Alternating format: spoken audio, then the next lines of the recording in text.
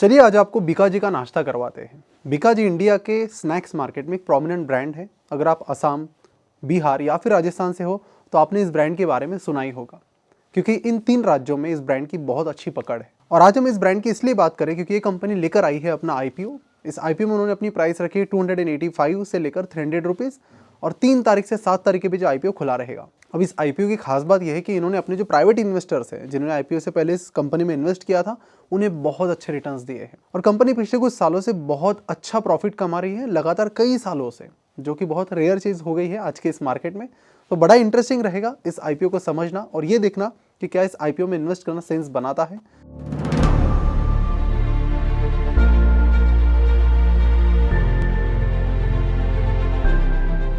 तो नमस्कार, मैं प्रसाद आपका आज के इस वीडियो में स्वागत करता हूं।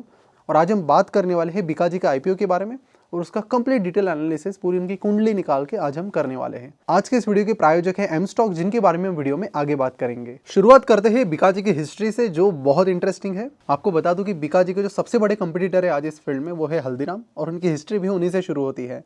बात है 1937 की, जब गंगा बिशन अग्रवाल, जिन्हें हल्दीराम नाम से भी जाना जाता था, उन्होंने नमकीन और स्वीट की एक रिटेल शॉप ओपन की थी। और फिर 1970s में उस रिटेल शॉप का एक्सपांशन शुरू हुआ और उसके बाद हल्दीराम का पहला मैन्युफैक्चरिंग प्लांट कोलकाता में शुरू हुआ। उसके बाद इंडिया के अलग अलग शहरों में इनके मैन्युफैक्चरिंग प्लांट्स बने।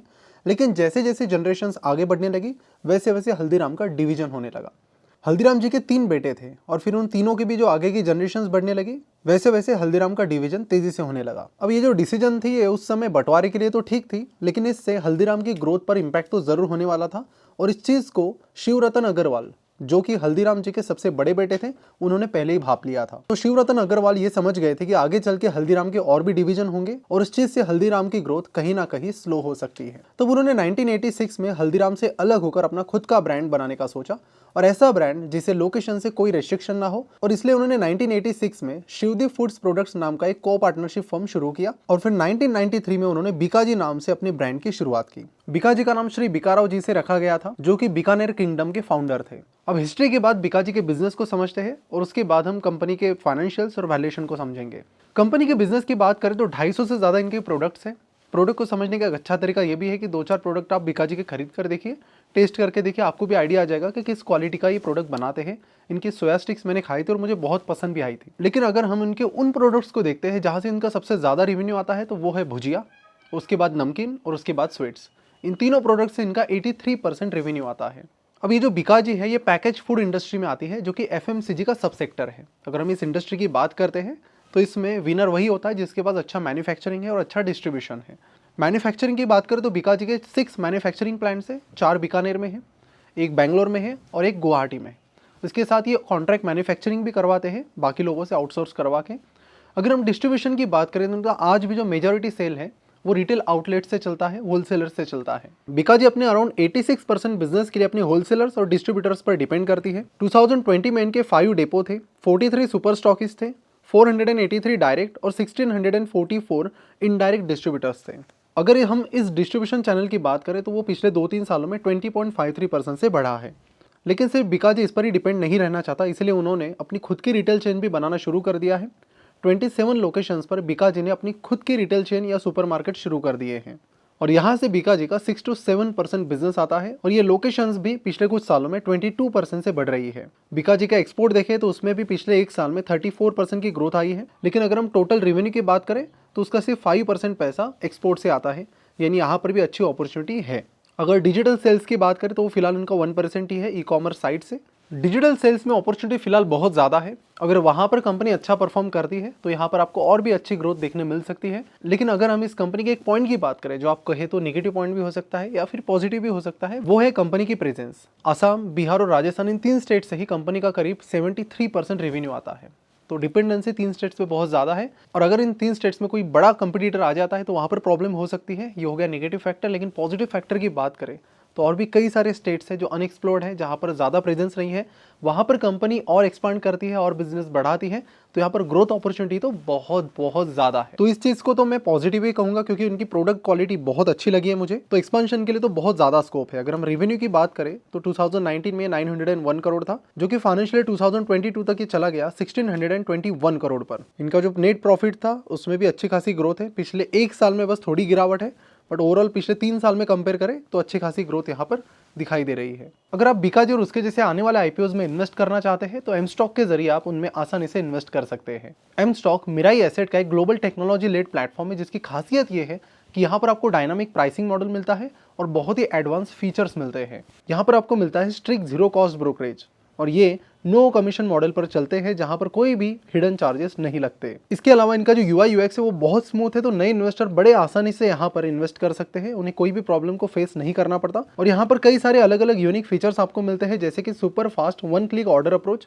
Quick toggle like voice search, advance order option, option chain. अगर आप अपने एनुअल मेंटेनेंस चार्जेस को भी जीरो करना चाहते हैं तो इसके अलावा 999 रुपीज़ की और एक फी आपको पे करनी है, जिसके बाद लाइफ टाइम के लिए आपको कोई भी एनुअल मेंटेनेंस चार्ज नहीं लगेगा।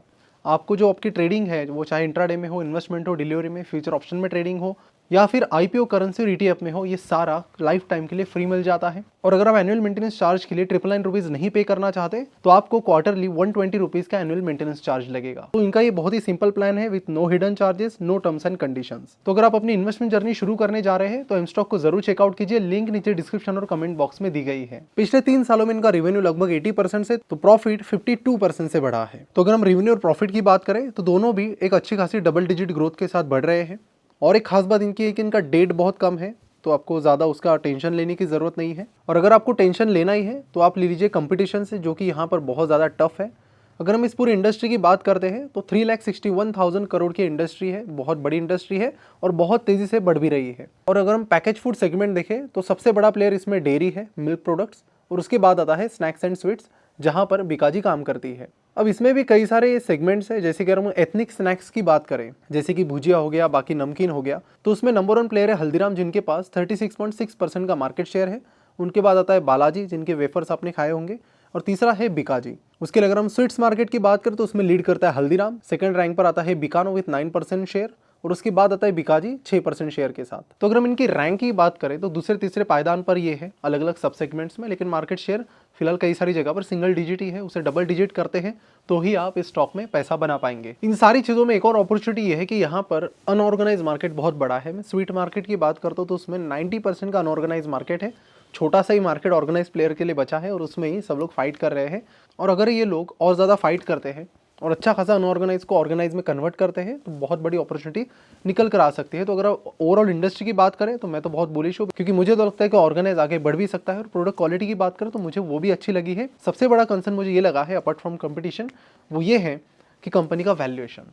कोई भी कंपनी अपना वैल्यूएशन रखती है तो कुछ इस तरह का रखती है कि लोग उसमें अच्छे खासे इंटरेस्ट के साथ पार्टिसिपेट करें और अच्छा खासा फुल्ली वो सब्सक्राइब हो जाए, और यही जिम्मेदारी इन्वेस्टमेंट बैंकर्स की भी होती है। लेकिन मैं अगर पी रेशो की यहाँ पर बात करता हूँ तो वो निकल कर आता है 95.23 का, और यहाँ पर पूरी इंडस्ट्री की जो एवरेज पी रेशो है वो है 55.7। तो क्लियरली यहाँ पर पी रेशो बिकाजी का बहुत बहुत ज़्यादा। और जो लोग लिस्टिंग गेन के लिए इन्वेस्ट करते हैं किसी भी आईपीओ में, वो तो यही एक्सपेक्ट करते हैं कि आईपीओ में अगर मैं इन्वेस्ट कर रहा हूँ तो मुझे 50% या मेरा पैसा डबल हो जाए।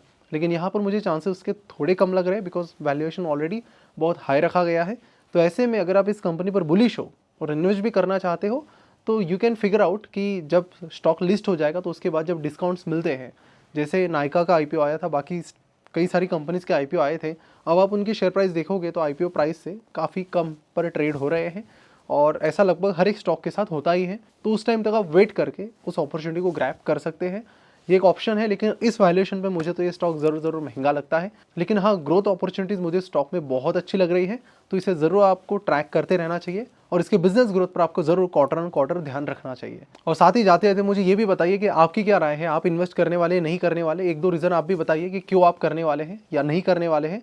तो सब मिलकर नीचे डिस्कस करते हैं, और जाते जाते एम स्टॉक को भी ज़रूर चेकआउट कीजिए। Investments in securities markets are subject to market risks. Read all the related documents carefully before investing.